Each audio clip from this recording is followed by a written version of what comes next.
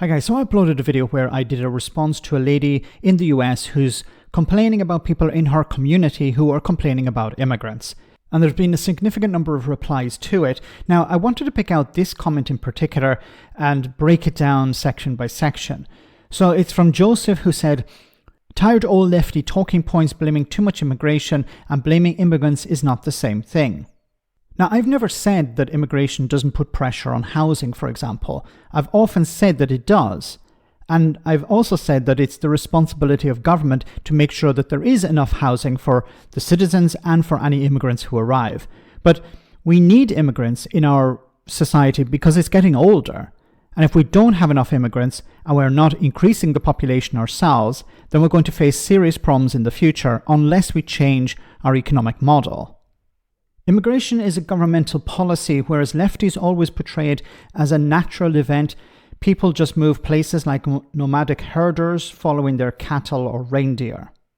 Okay, I don't fully understand that statement, but immigration is not a governmental policy. There are governmental policies related to immigration. For example, in Ireland in the 1980s, we suffered a huge amount of emigration. And the government had little control over that. They tried to implement policies, but they were not very successful. So people were moving away from Ireland. They were going to places like England, they were going to Australia, they were going to America for better opportunities. The government was trying to stop this brain drain. They were trying to reduce emigration.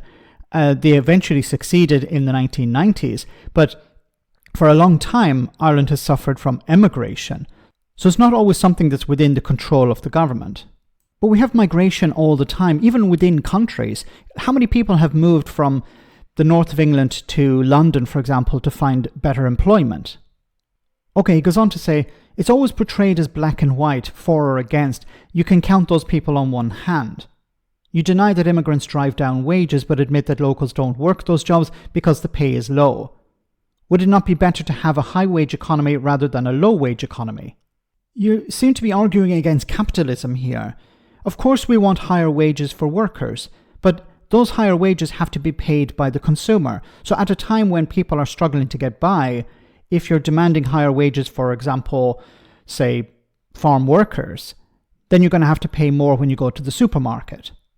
There was a time when students would do these jobs, but then students decided we don't want to do those jobs anymore, so the farmers needed workers, so they were able to get workers from abroad, and they were able to pay them less. That's the reality. Now, whether it's a good thing or not is a different story, but that's the reality of capitalism. Then he says, no, they cannot move back home if things do not work out, because as you know well, Western families are broken. Not everyone has a stable family situation to plug back into.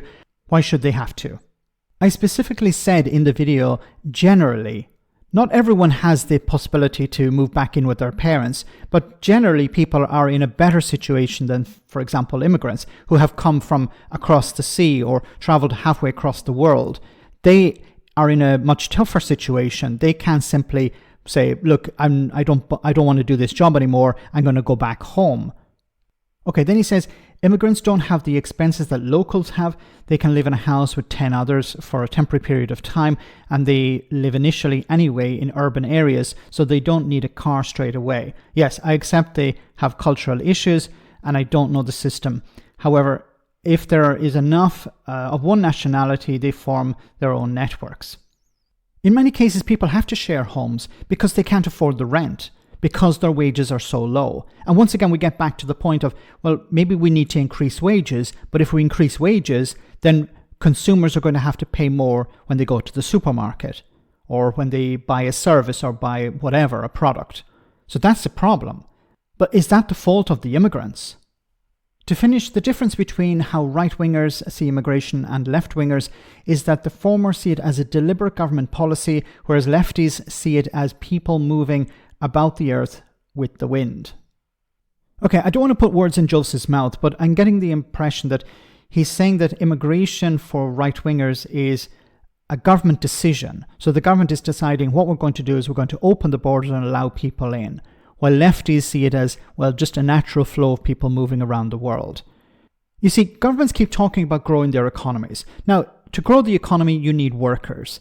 You need people to build houses, you need people to work the land, you need people to work in healthcare, you need a whole load of workers. Now, you can either train them up, which costs a huge amount of money, or you can rely on workers from abroad. I think most reasonable people believe that we should train up our own workers. We shouldn't rely on staff from abroad, because what it does is it creates a brain drain in those countries, especially third world countries that need to rely on doctors, nurses, engineers, people to maintain their economies. So we as a society should be demanding that our governments invest properly in education, because if we don't, then we're going to have to rely on people from abroad. However, until we have the doctors, nurses, engineers, and other workers we need, we have to rely on immigration. Let me know in the comment section, guys, what you think about all of this. As always, your comments are greatly appreciated. Thanks a lot.